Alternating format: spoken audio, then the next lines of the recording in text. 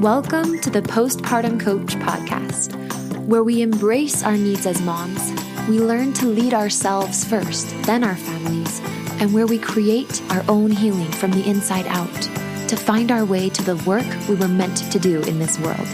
I'm your host, a fellow mom of 3 and a certified life coach, Lizzie Langston.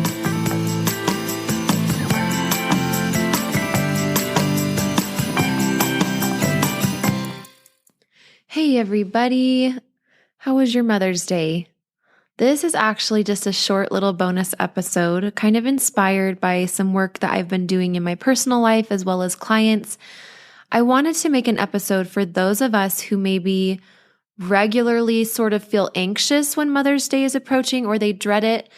Not necessarily because of infertility or miscarriage. I'm not really going to address those or, that wanting to be a mom in certain ways and not having that yet.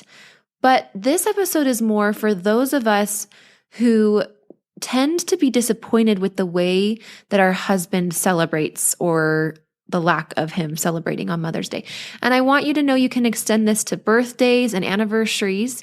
So this is just a short, sweet episode about what I call the manual, which I'm going to explain in a minute. But basically, it's when you are left really disappointed or kind of have gotten to the place of indifference about your holiday or like, again, Mother's Day, birthday, even if you actually do care, but you have almost had to stop caring and tune down your expectations, and you have this overall sense of like sadness deep down, or maybe some disappointment because of the way your significant other does or does not celebrate you. So a couple things with this that I want to help you process to both let things go if there was a recent celebration that didn't go the way you wanted, but also to have a better Mother's Day or any other holiday next time around so that you can kind of manage. I'm not saying you need to lower your expectations, but I'm going to just teach you about the brain and the way that it gets attached to expectations and how that might be happening without you even knowing it. And it's contributing to your reactions in the home on these sorts of occasions. So the first thing I want to say is that with any sort of pattern like this, so if it's been a couple times, or maybe this was your first Mother's Day and it didn't go the way you wanted, and you don't want this disappointment to affect next Mother's Day, there's a couple things I want to teach you, some basic points about energy and how it gets stored in the body that will be really empowering for you to sort of make sure you don't stay stuck in patterns over the years. I think when it comes to preserving the health of a marriage, this is actually a really important piece, not just around birthdays and holidays, but little arguments from day to day, making sure that you understand what your body does with energy, emotion. Okay, we're going to call emotion, like big, strong emotions of disappointment or anger or sadness that we don't have the capacity to grieve. They stay stuck, and it's important to know how to move them so that they don't come with you the next time there's a similar circumstance. That's what the word trigger, have you ever heard of that word? Like, oh, that's a trigger for me. When my husband doesn't do X, Y, or Z on my birthday, or my friends don't do X, Y, or Z, that's a trigger to me. Because this one time back in high school, I thought this girl was my best friend, and then she didn't call me on my birthday. And then we kind of stopped talking because I was really sad and I never let it go. And now anytime a friend doesn't call me on my birthday, right, I'm triggered. So do you see the thought, the word trigger and the whole concept of things being triggering to us, right? Similar circumstances come about and we jump backwards. It's into this pattern of behavior that we don't really think is us, but yet we can't seem to get out of it. Right? So that's what we call a trigger. And the reason that happens is because there is energy stored in our body. And it's literally, if we don't know how to move it and release it and work through it, it is kind of capturing. It captures us. It's like that energy kind of freezes us and our reactions in time. And so often, and the work I do with my clients, both in the medium of coaching, life coaching, and also with the medium of energy work and movement that I do, is a lot of going back and finding that first time. And sometimes it builds, and so there could be trapped emotion later, other times too. But often it's just that first time that there was that disappointment or that sadness or whatever it was, that fear. And really going back to yourself in the past not reliving it, but restoring the energy of that moment and really moving through it. What that does include sometimes is crying or laughing or yawning, or shaking. We're really actually what we call in trauma work, we call it finishing the run. And I want to explain this little piece before I dive in and teach you the 3 steps to doing this, okay? So I want you to imagine if a bear was running from a hunter that had a tranquilizer gun, and he was running. And let's say the hunter guy shoots him with the tranquilizer gun, and he falls and he's asleep, right? When that bear wakes up, and this is actually like a real thing that happens, okay, is that when the bear wakes up, it will continue the run. It will keep running. So even though it kind of slept under the tranquilizer medication, it will keep running. And similarly, when you have gone through an experience, so there's been a circumstance and then you had thoughts and then your body had a certain response, and that there was emotion and energy created in your body, and you didn't have the capacity to process it all the way. Maybe you were overwhelmed by it. Maybe you needed to just click into survival mode and keep going for the sake of your kids, and you couldn't actually really process and move that energy through all the way. It gets kind of stuck, right? This is what I mean when I say we get kind of frozen in time. And a lot of times your body will just absorb it, and there'll be like a bookmark placed there in your brain. And what we don't realize is that sometimes then we're just going along in our life. We don't realize that we didn't process it. It's not like we did anything wrong. We don't always have this awareness, right? And then randomly somebody will say something or do or not do something, and we don't even realize how trapped and stored this energy is. And so we basically end up reverting back to that moment, but now we're in the present moment, right? So now this could be years later, months later, and somebody says something kind of similar or like it has a remnant of that moment back in time, that first time we had the fear or the whatever emotion it was, and we like start behaving like that person that we were back then in that moment. Even though we've changed so much in so many ways, this can help explain the reason that sometimes you end up kind of like when you go to your mom's house.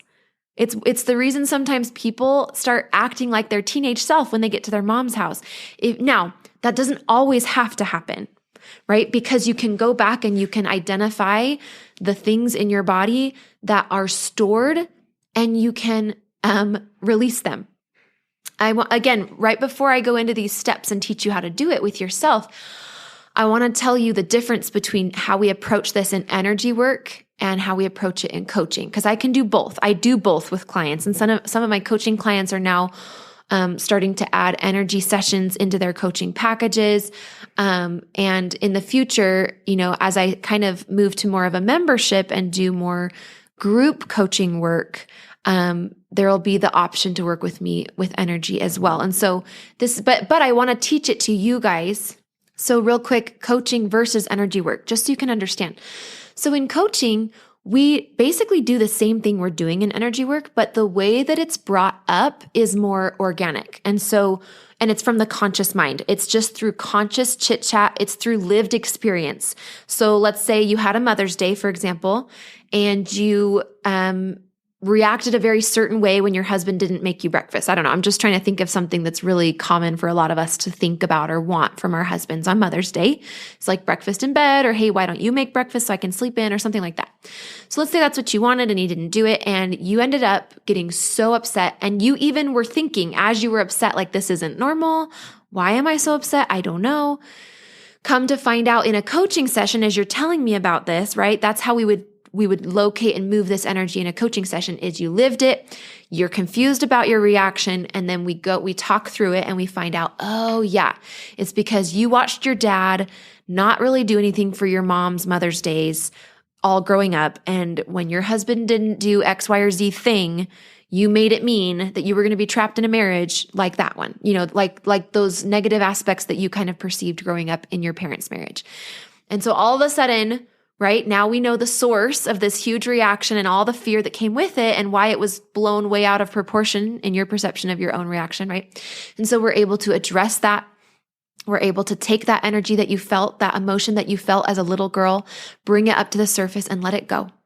And we do that more verbally. Whereas in energy work, you don't have to even know what emotion is trapped. You don't even have to have had a recent, circumstance or trigger to draw your attention to something, because we can just start at the beginning of a session with a prayer, get centered, and then we can ask your subconscious and ask your body if there's energy that needs to be stored. And then it'll tell us. And then we can ask, okay, was that from childhood? Was it ages 0 to 5? Yes or no? Okay, was it 5 to 10? Yes or no? And then your body will basically instruct us. And you can start going back and unraveling a lot of that work with or without a current experience that triggered it. Okay, so that's the beauty of energy work, is that you don't have to have had a certain recent experience that brings it up. But sometimes dreams are kind of somewhere in between energy work and coaching. Sometimes your body will send you dreams. And I notice as I take my coaching clients through my 3-step process, which is now going to be laid out in my course, the postpartum anxiety course that precedes the membership, we have calm your body, calm your mind, calm your life. And what I notice is that as I teach my clients to calm their body, as I teach them to calm their mind, what happens is their body starts to bring up memories, whether through dreams. And it's not like a big scary thing. It's not like it overwhelms your emotional load. You're not reliving stuff.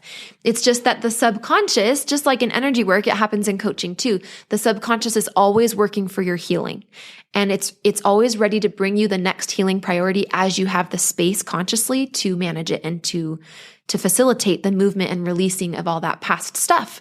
So again, whether we just sit in an energy session and we ask straight out to your subconscious through muscle testing and you feel comfortable with that, or whether you're a coaching client and you work with me in a coaching capacity and we are, having experiences that help us to remember this thing that happened and we need to release it. Either way, we can get the work done. Okay.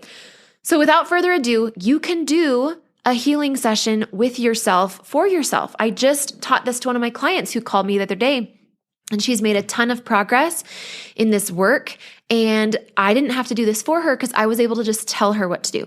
So the first thing I want you to do, and whether this is because Mother's Day didn't go the way you wanted it to just, like a couple days ago, yesterday, or whether this is, resonating with something that you can see as a pain point or a big trigger response that you have with anything, you can do this. Okay. So the first thing you want to do is ask yourself, what was the first time I remember having like a reaction or an aversion to this particular thing? What do I think this relates back to?